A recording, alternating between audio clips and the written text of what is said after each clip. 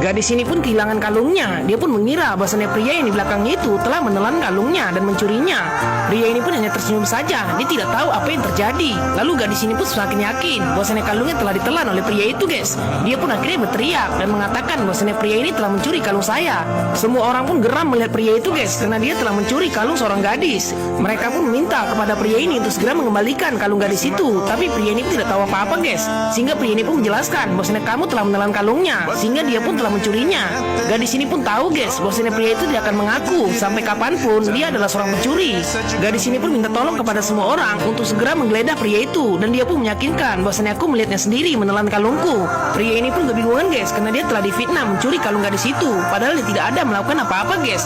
Dia pun berusaha meyakinkan semua orang bahwasannya dia tidak pernah mencuri kalung gadis itu, tapi semua orang pun tidak percaya karena tampang pria ini tampang pencuri. Bagaimanapun dia menjelaskannya, semua orang pun tidak percaya. Lalu dia pun langsung ditarik, guys, untuk digeledah. Lalu mereka pun yakin bahwasanya pria itu yang telah mencuri kalung gadis itu. Tapi tiba-tiba wanita ini pun melihat bahwasanya kalung gadis itu terikat di roknya.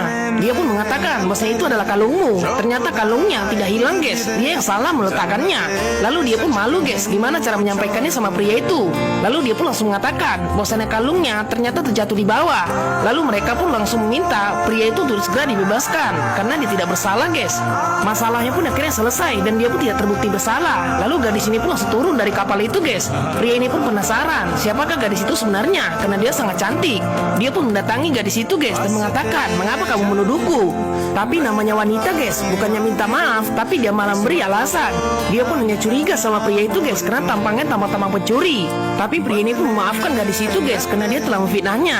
Lalu gadis ini pun meninggalkan pria itu, guys, sambil memandangi wajahnya. Ternyata gadis itu menyukai pria itu juga, guys, karena dia sangat unik orangnya. Dia lucu dan juga tampan, sehingga pria ini pun terus memandangi gadis itu. Mereka pun malah curi-curi pandang, guys. Ikuti part selanjutnya ya.